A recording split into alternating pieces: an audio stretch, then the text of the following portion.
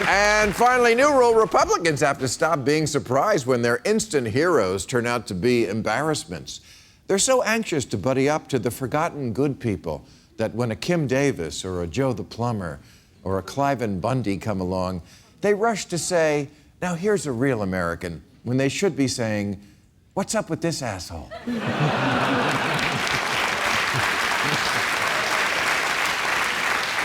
And if these better than the rest of us real Americans really do exist, how come every time you find one, they turn out to be a creep? Either you're a terrible judge of character or else there's nobody home at the good people house.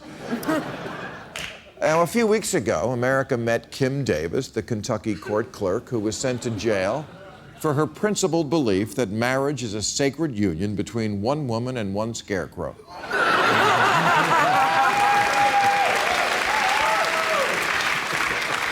Kim refused to perform her job marrying gay people on account of her Jesus freedoms, and overnight became a martyr, a Joan of Arc for the deep-fried Twinkie crowd. Here she is getting her official Religious Freedom Award, still wrapped in plastic so it'll match her furniture. But Kim Davis turned out to be everything conservatives hate. She gave birth to 2 children out of wedlock, and she's been married 4 times. According to her, the answer to what would Jesus do is everybody.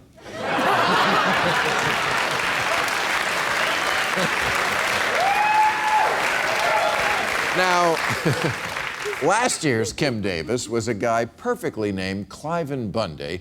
If you forgot, he's the not-so-jolly rancher who wanted to graze his cattle on public lands without paying the fees like everybody else. Sorry, Mr. Bundy, if you're getting your grass from the government for free, then I should get my grass from the government for free. And predictably, Cliven went off script at a rally and said, quote, I want to tell you one more thing about the Negro. And that sentence never ends well. As it didn't this time when he went on, they abort their children and put their young men in jail because they never learned to pick cotton. And that was the end of open mic night at the OK Corral.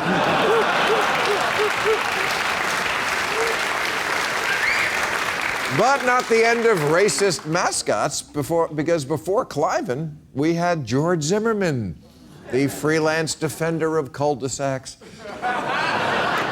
who conservatives insisted was neither racist nor angry, but since his trial, he's had more contact with the police than Dunkin' Donuts. And I would be remiss in this rundown of Republican Nut of the Month Club members if I didn't mention Joe the Plumber, who during the 2008 election became famous as the guy who didn't want to pay high taxes on his small business, which it turned out he didn't have, because it would hold back his career as a plumber, which it turned out he wasn't either.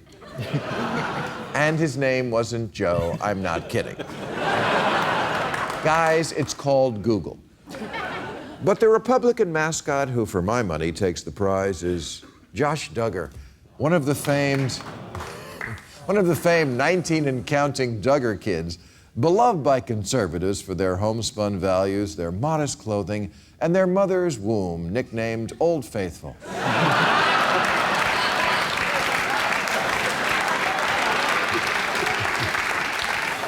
Josh traded on his family's image to work as a lobbyist for the ultra-conservative Family Research Council, and all the Republican presidential candidates wanted a picture with him, until it turned out he had 2 Ashley Madison accounts, had paid for rough sex with porn stars, and had molested his sisters.